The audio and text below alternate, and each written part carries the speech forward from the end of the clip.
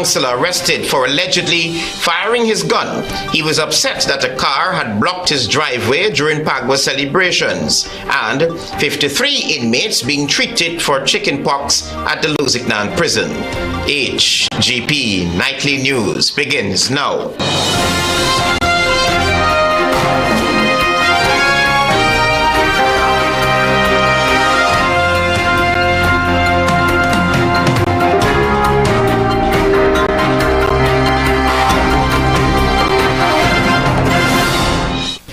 Good evening to our viewers here in Guyana and online. I'm Travis Chase with the Wednesday, March 27 edition of the HGP Nightly News. We have what you need to know this evening. 50 women will soon benefit from solar photovoltaic training and job opportunities, with an additional 20, including persons living with disabilities, benefiting from apprenticeship programs. This is according to Prime Minister Brigadier Retired Mark Phillips during the $83.3 million deal between Gaisol and Sumek. The story from Carice Gonzalez. Guyana's solar power is set to grow with the recently announced US $83.3 million deal between Guyana utility-scale solar photovoltaic, Gaisol, and Sumek, a Chinese firm to build solar farms in Regions 2, 5, and 6. The signing ceremony hosted at the Prime Minister's office on Tuesday is a key move towards Guyana's green energy goals, says Prime Minister Mark Phillips. This is an example of just energy transition, where we are moving towards greater use of renewable energy, but at the same time dealing with the issues of the vulnerables in our society. Some 50 women will receive solar PV training and job opportunities, with an additional 20 individuals, including those with disabilities, benefiting from apprenticeship programs. In Barice, 10 megawatts will be distributed across villages in Regions 5 and 6, while Region 2 will receive 8 megawatts in Underneaming and Charity. If you notice where the projects are located, these are in areas that need the energy more than us in Georgetown. The projects are being funded through the Guyana Red Investment Fund and managed by the Inter-American Development Bank. Gaisol intends to construct 33 megawatts of solar PV and 34 megawatts of battery energy storage across Guyana. The first phase will see the contract for the engineering, procurement, and construction of 18 MV of solar PV and 12 MV of battery energy storage, which was signed on Tuesday. The procurement of the balance 50 megawatts of solar PV and 22 megawatts of battery energy storage will be launched in the coming months. Reporting for the HGP Nightly News, I am Carice Gonzalez. Attorney General and Minister of Legal Affairs Anil Nandlal has urged the 148th Inter-parliamentary Union Assembly to use its platform to condemn injustices and transgressions against democracy and the rule of law. Find out more from Tiana Cole. At the time, Attorney General and Senior Counsel Anil Nandlal was speaking at the 148th Inter-Parliamentary Union IPU Assembly, which was held in Geneva, Switzerland. The Attorney General pleaded with the Assembly to denounce injustice and violations of the rule of law and democracy. He expressed regret that the committee at the IPU meeting was unable to channel the momentum and denounced the atrocities taking place in Gaza and the absence of democracy in Venezuela. These horrendous events, although occurring at opposite sides of the globe, together manifest the deadly havoc that armed conflicts wreaks and the social disorder and human sufferings that the absence of democracy produces. He added that more than 30,000 people are dead in Gaza and nearly 8 million refugees have fled Venezuela. He further highlighted that Venezuela continues to unlawfully claim 2/3 of Guyana's sovereign territory. This claim by Venezuela was finally and conclusively settled by arbitration in 1899. Venezuela accepted and acted upon this arbitral award for 6 consecutive decades thereafter. It was not until the early 60s, when Guyana was about to gain independence from Great Britain, that Venezuela made the outrageous claim that the arbitral award was unlawful. The minister's appeal is further fueled by Venezuela's unilateral declaration of Essequibo as a state, in direct violation of the Argyle Declaration, which declared, among other things, that the two countries will desist from any actions that exacerbate the territorial controversy. Thus far, Venezuela has refused to accept the court's jurisdiction or to be bound by any order the court makes. Venezuela has threatened physical invasion and in December 2023 moved a referendum to annex 2/3 of Guyana's sovereign territory. The ICJ has issued interim measures restraining Venezuela from taking further steps in its declared intention. He went on to say that during all of this, Guyana has maintained that the matter must be resolved by the International Court of Justice, ICJ. I appeal to each one of you to use the theme of this conference and the platform of your respective parliament to condemn the actions of Venezuela, to demand compliance with international law, and to call for diplomacy to be used as a bridge for peace and understanding. The Guyana delegation also includes Speaker of the National Assembly Manzoor Nadir, Minister of Local Government Sonia Parag, MP, Don Haston of the Parliamentary Opposition, APNU-AFC, and Sherlock Isaacs, Clerk of the National Assembly. Tiana Ko reporting for the HGP Nightly News. Our developing story this evening, a tragic one at that. 3 children from an indigenous village in the Rupununi on Tuesday met their demise during an unsupervised swimming trip. This story from Dacia Richards.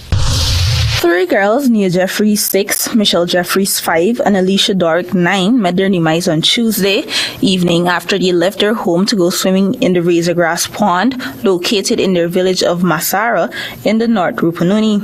According to reports, the 3 left their Masara home unsupervised and ventured off to the Razor Grass Pond for a swim. Their parents, who noticed their absence, initiated a search for the children, which eventually led them to a pond where their bodies were discovered floating in the water. The villagers responded promptly to the cry for help from the parents and assisted them in retrieving their lifeless bodies. The Tushao of the village, Lenny Moses, was notified and a report was filed at the Anai police station.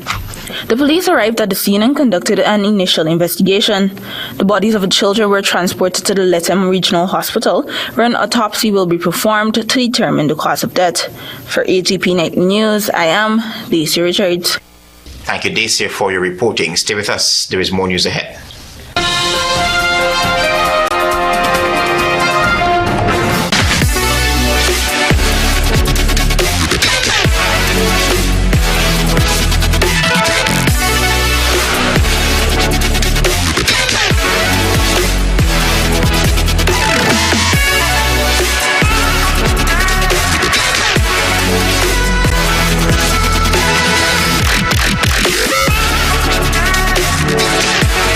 We at SNL Electrical Agency believe that a good design begins with a great lighting plan, from ambiance lighting to statement chandeliers.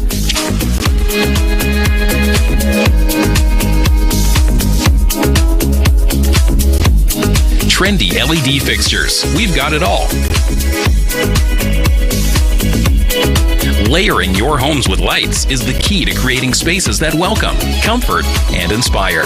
SNL Electrical Agency, importers and distributors of all electrical lamps, solar lights, cables, circuit breaker panels, AC units, and so much more.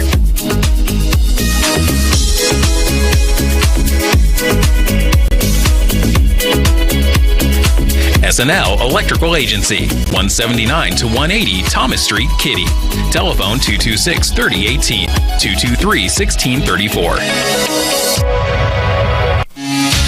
Say goodbye to germs with a free Sterling Super Soap automatic dispenser. That's right, get free equipment and installation of our touch-free dispenser. The perfect amount of soap every time ensures clean and germ-free hands.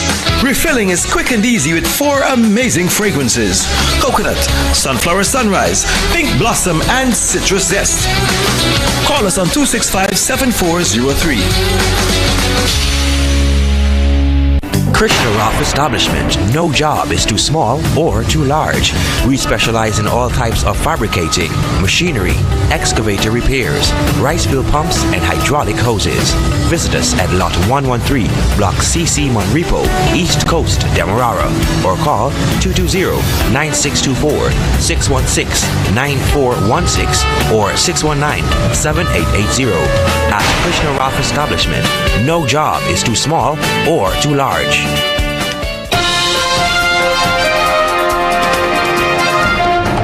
Welcome back to the HGP Nightly News.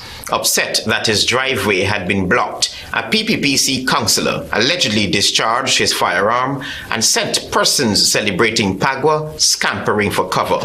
Here is more.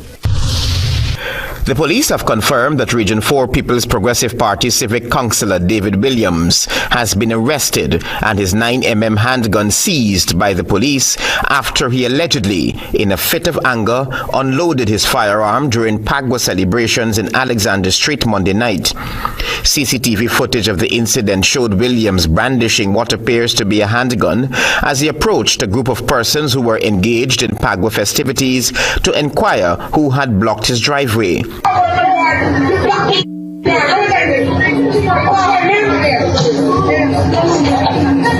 Soon after, as Williams headed back to his driveway, a loud explosion was heard, which terrified residents and sent them scampering for cover.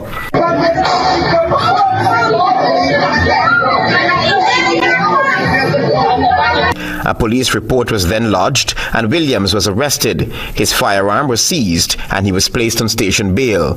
A source told the Nightly News that Williams could be charged for discharging a loaded firearm. Travis Chase, HGP Nightly News. Some 53 inmates are currently being treated for chickenpox at the Lusignan prison, and the Ministry of Health and the Prison Service say they are working to address the outbreak. This story from Tiana Cole. The Ministry of Health and the Guyana Prison Service have been working together to address an outbreak of chickenpox at the Lusignan prison.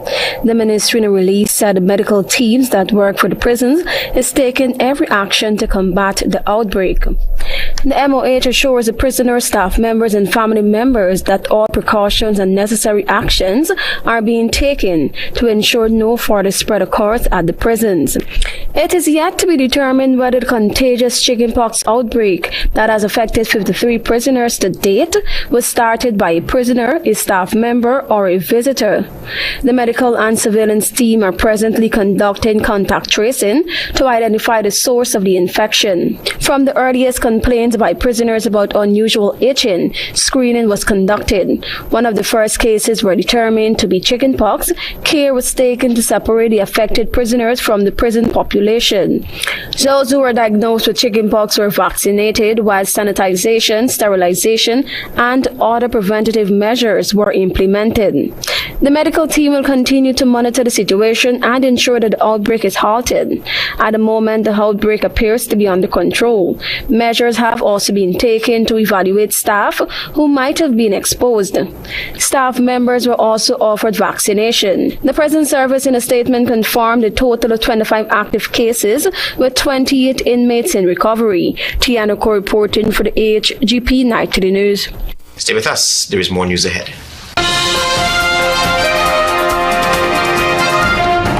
Planning a cleanup? We can help. Sevon's Waste Management skip bins can be provided for home renovation projects, yard cleanup, or construction project. It's simple. Step 1, give us a call. Step 2, we put down the bin. Step 3, load it up with all of your junk. Step 4, we take it away. That's simple.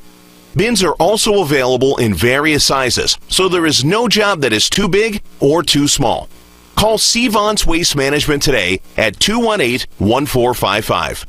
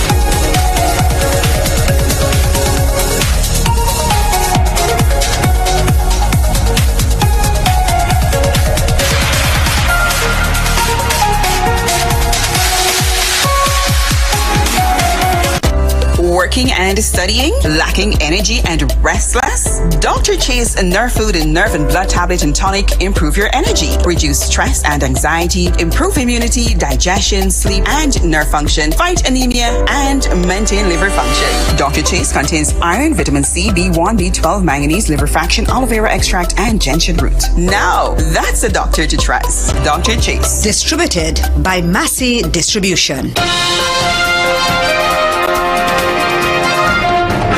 You're watching the HGP Nightly News. Thanks for staying tuned. Relatives of a security supervisor say they have lost the breadwinner of their home.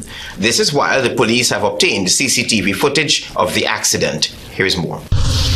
As the police prepare to institute charges against a Paradise East Coast Demerara man for allegedly causing the death of 47-year-old Conal Husbands at the intersection of Cummins and Church Street, Georgetown, the dead man's sister, Amanda Braffett, says his family has lost its breadwinner. It's very hard, not coping easy at all. He's a very honored, willing, caring, loving brother, very loving, understanding. Husbands, a security supervisor attached to the Atlas Security Service, was Monday morning struck down and killed at the intersection of Cummins and Church Street, Georgetown. The accident involved motorcar PAF 3166, which was at the time driven by Lee Lawrence Holder of Paradise East Coast Demerara, and Husband's motorcycle CM 2986. Braffett spoke of the moment her family was notified of Husband's death.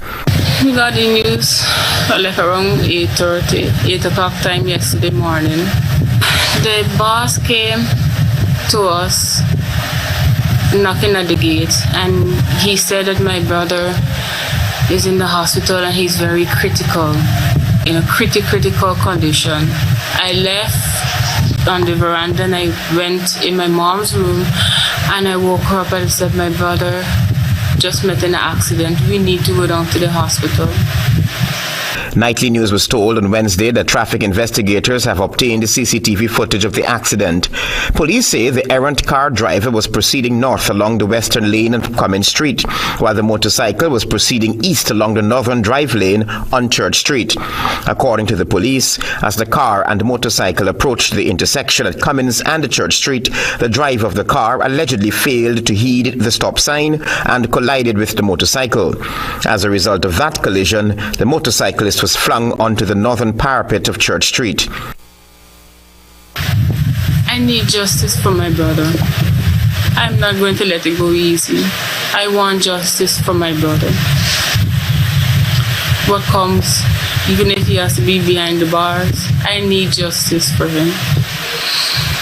The driver of the car remains in police custody awaiting charges. Travis Chase, HGP Nightly News. Ocean Suknanan, an 11-year-old student, reigned supreme at the just concluded Guyana Learning Channel's Whiz Kids. More from Daisy Richards. The Guyana Learning Channel on Wednesday hosted the Whiz Kids finale, where 3 grade 6 pupils participated, but only one was named the Whiz Kid of 2024. Welcome to Whiz Kids, the exciting game show where knowledge is power and young minds shine. The finalists were Ocean Suknanan, who attends Kayam Academy, Regan Beckles, who attends Friendship Primary, and Rachel Saw, who attends Montrose Primary. Ocean won the competition. Regan copped 2nd place, while Rachel secured 3rd place. Ocean, who was visibly shocked with the results, told Nightly News that he is grateful to his mother and teachers who helped him prepare ahead of the competition and was elated to emerge this year's winner. I would like to thank my mother for helping me by writing down the questions that I didn't know and I got wrong. Ocean, who wants to be an aeronautical engineer and cricketer when he grows up, also wants to attend Queen's College and is looking forward to competing in this year's Spelling Bee. Finalists said they prepped for the competition by studying hard and looking at the past episodes of the competition. What is the name of the flag used by Guyana before independence? The Union Jack. That was the last question. Thank you, contestant. I've been watching the past Whiz and the finals for last year, and I've been reading my books also. Minister of Education Priyamanik Chand, who was at the event, encouraged the students not to lose hope in the event that they do not receive pass marks to attend any of Guyana's top schools. It doesn't matter which high school you get. You're going to get a solid education. The third of its kind, Whiz Kids has seen numerous students participating from every region across the country. For HGP Nightly News, I am Daisy Richards. The Suriname-Guyana Chamber of Commerce has endorsed the proposal for a bridge across the Corentyne River, highlighting its potential to strengthen bilateral relations between the two neighboring countries. More from Kiris Gonzalez. The Suriname-Guyana Chamber of Commerce, SGCC, applauded recent engagements between Suriname's President, His Excellency Changdik Santoki, and Guyana's President, His Excellency Mohamed Irfan Ali. Discussions focus on advancing talks for the construction of a bridge over the Corentyne River, signifying a momentous step towards solidifying the bond between the two neighbors. The SGCC said it commends the involvement of key ministers from both countries. This further emphasizes the project's critical nature and signifies a unified effort to realize a vision that would reshape the regional dynamics of both countries. Chair of the SGCC, Dr. Vishnu Durga, noted that Guyana and Suriname have the best chance at full economic integration due to their geographic and historical ties. The bridge will serve as a critical economic driver for both countries, allowing for both populations to experience the best goods and services from each respective country with more efficiency. As the presidents prepare to enter the next phase of the project, which focuses on pricing, technical aspects, financing, and operational modalities, the SGCC has expressed its full support for these efforts. The SGCC is confident that the collaborative approach adopted by the two governments will ensure the project's execution will be marked by affordability, efficiency, and mutual benefit.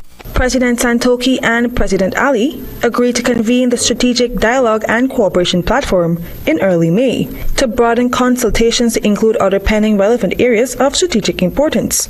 Reporting for the HGP Nightly News, I am Kiris Gonzalez. Stay tuned for your regional news.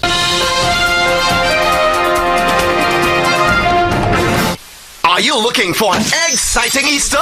Look no further than Digicel stores for incredible savings and a free Easter surprise. This Easter, Digicel is offering an extravagant deal. Purchase the Samsung A05 for just $21,000 or the Samsung A24 for only $39,500 and receive a free kite with your purchase. Make this Easter a memorable one. Visit a Digicel store today and crack open these amazing deals. Digicel, the network for everyone, everywhere. Are you thinking of constructing that new home or office? Then call CB General Contracting Services on 218-3233 or 218-3098. We can help you from the plan to the finished product. For more information, call CB Contracting Services on 218-3233 or 218-3098 and let the professionals help you. CB General Contracting Services. You name it, we build it. In today's fast-paced world of modern finance, with its many options and opportunities, you will need good advice and help getting value for your money. Hand-in-Hand Trust is the way to go. From owning your own home or business with our residential and commercial mortgages to drive a new car with a vehicle loan, we'll help you realize your dreams.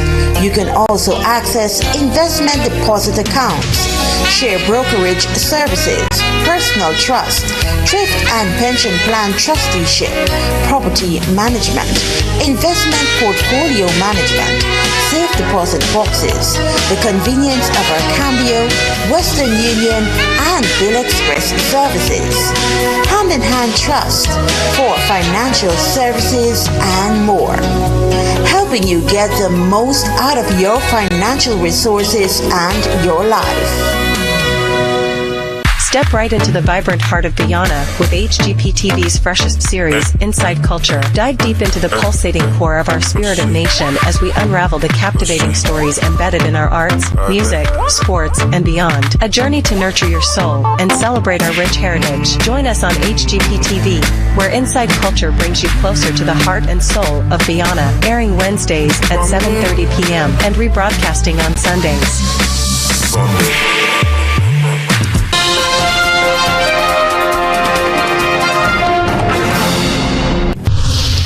Good evening and welcome to Wednesday's edition of the Regional News. Brazil and France on Tuesday launched an investment program to protect the Amazon rainforest involving private and public funds over the next 4 years. The announcement was made during the French President Emmanuel Macron's 3-day visit to the South American country, where he was met by Brazil's President Luiz Inácio Lula da Silva. They pledged to work together to stop deforestation in the Amazon by 2030 to contribute to slowing global warming. Comes 2 years before Brazil hosts the COP30 climate negotiations talks in 2025. The presidents expressed their commitment to the conservation, restoration, and sustainable management of the world's tropical forests and agreed to work on an ambitious agenda, including developing initiative financial instruments, market mechanism, and payments for environmental services. The government is closer to finding the owners of the Gulf Stream barge, which caused a massive oil spill when it sank off Cove Estate in Tobago last month. This is according to Energy Minister Stuart Young, quote unquote. And just to remind people that this was something that had absolutely nothing to do with us in Tobago or in Trinidad, and the owners of the vessel seem to have disappeared off the planet. But we're still tracing them and tracking them. I got an update from the Ministry of Works and Transport that we're in hot pursuit to find out about ownership of the vessel, Young said. He also spoke of the collaborative efforts between the Tobago House of Assembly and central government to treating with the oil spill, which was first observed on February 7. Fresh turmoil involving a transitional presidential council that will be responsible for choosing Haiti's next leader triggered a flurry of meetings with Caribbean leaders and officials from the U.S., Canada, and France. The council has yet to be sworn in, given concerns over the security of its members. Among other things, a regional official who was not authorized to talk to the media said. The official is based in Guyana, which serves as headquarters for the regional trade bloc known as CARICOM, that is helping create a transitional council. The delay in establishing the council comes as gangs continue to launch attacks across Haiti's capital. Since February 29, gunmen have burned police stations, opened fire on the main international airport that remains closed, and stormed the country's 2 biggest prisons, releasing more than 4,000 inmates. Scores of people have been killed and more than 33,000 people have fled the capital of Port-au-Prince as a result of the attacks. Officials are hoping gang violence will subside once the council selects a new leader for Haiti and appoints a council of ministers. Prime Minister Ariel Henry has said he would resign when the council is created. Thank you for watching. I am Tiana Cole.